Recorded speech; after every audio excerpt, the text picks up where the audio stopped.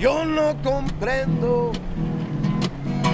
Lugares hay. These streets are on the edge of southeast Los Angeles County.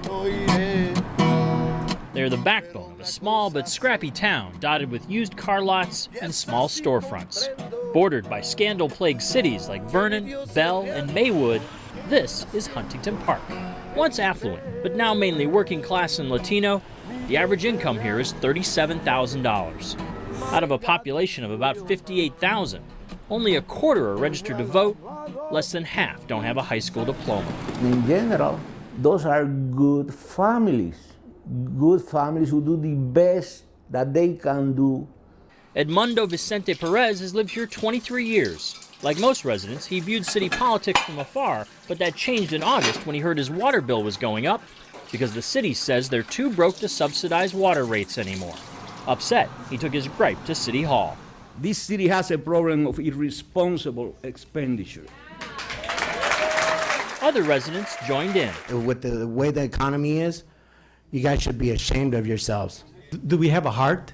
I mean, when they can't buy milk or food, this is terrible. But soon the chorus of jeers turned towards this man, the city attorney, Francisco Leal. But why are you paying him $600,000? He's not the golden boy. Leal has made millions as an attorney for Huntington Park and other southeast LA cities. He's moved from town to town for years, often serving as a lobbyist and contract city attorney. And sometimes, controversy followed him. In 2005, he was terminated from his job as lobbyist and city attorney of commerce. He settled with the city and agreed to pay $70,000. Questions about his firm have also been raised in places like Linwood and Alhambra, but not in Huntington Park. Since 2000, the city has paid Leal's various firms over $4 million to be a lobbyist, the city attorney, and legal counsel for the city's redevelopment department. My question is, what are the legal affairs of such a small city that it's costing them so much to pay for their attorney?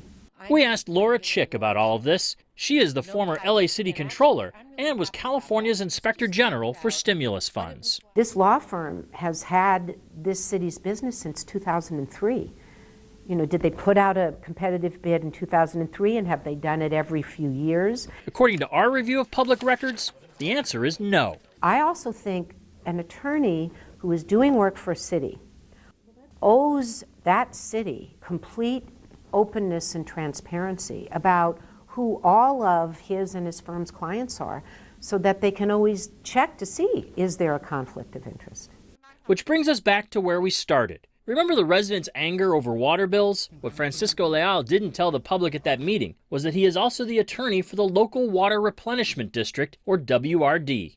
3 neighboring cities, Cerritos, Downey, and Signal Hill, are suing WRD, claiming their charges are unfair. But Huntington Park was one of a handful of cities that sided with the WRD in that lawsuit. Remember, Huntington Park City Attorney Francisco Leal is also the attorney for the WRD. And Leal's lobbying firm was paid by the WRD to consult on community outreach. Since 2011, his firm has billed the WRD over $1 million, while at the same time collecting $37,500 a month from Huntington Park, one of the poorest cities in LA County.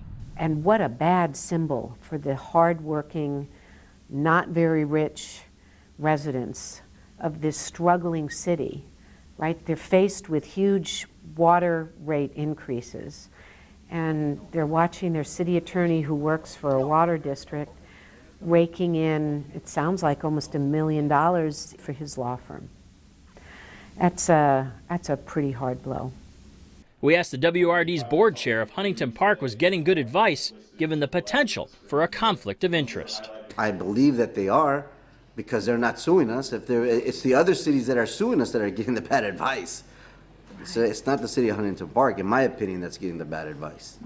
At a recent city council meeting where officials were supposed to consider renewing his city attorney contract, we asked Leal. Don't you feel like there's a conflict? Not when we're all on the same side. Absolutely not. But we're all on the same side. How are you giving advice? I'm giving great advice to both entities. I really am. You'd be impressed. You'd be proud. My first impression is that it is a mess. We asked Loyola Law School professor Jessica Levinson about Leal, the WRD, and Huntington Park. So we have one person who simultaneously is a consultant, which is kind of an undefined gray term in this situation, a lobbyist, which seems to look a lot like a consultant, and an attorney. And it's not only the same person wearing all those hats, but wearing them for various parties who are all involved in the same litigations. There are too many relationships going on here. Relationships that Leal told us he never put in writing to the city council. No disclosures and no conflict of interest statements. Was there a disclosure statement? No, I'm sorry. We ran it by our conflict counsel. So there was no disclosure statement. We can provide it for the council if that's what they want. So the council didn't sign a disclosure statement? The council does not have a disclosure statement. Don't you think they should have? Well, we'll give it to them. If they desire, we'll give it to them. Lawyers put things in writing all the time. This is kind of our bread and butter. Is not much of what we do is just on a handshake or a wink and a nod, particularly when it comes to ethical duties, when it comes to duty of loyalty, when it comes to having confidential information. California state bar rules appear to require written disclosure when an attorney represents two parties in a lawsuit. But Leal told us he didn't have to do that. And when we asked him if the city council knew about his double duties, we got two different answers. When did you tell the city council? We had a discussion over a month ago about this issue. And when did you start as a city attorney here? Oof, God, it seems like a lifetime, to be honest with you. Because 2003. I think so, I'm not sure. And then you started in December 2010 at the Water District. Okay. So that is almost 2 years now you've gone without telling them that you've had these dual roles. They knew. They've always known. If you talk to members, they know that I represent them. Based on what I'm hearing, this attorney is opening the city up for liability issues by not revealing certain things, by allowing perception to occur, by having quiet, private conversations instead of on public record. So who knew what and when? We went to the city council to find out, but they just ran away from our cameras. Did you know that?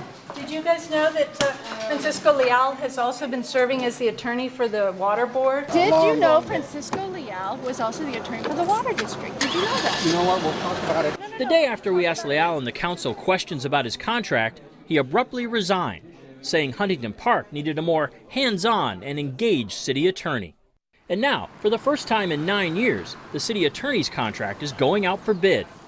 And at that same city council meeting where we spoke with Leal, citizens served all 5 council members with recall papers. There's no other way to remove them except with a recall. So we're following the model of Bell, because there's a lot of abuse and there's no other way to get them out except to do a recall, to have all the people engage in a very democratic way. All I want to do is get the bums out, including him.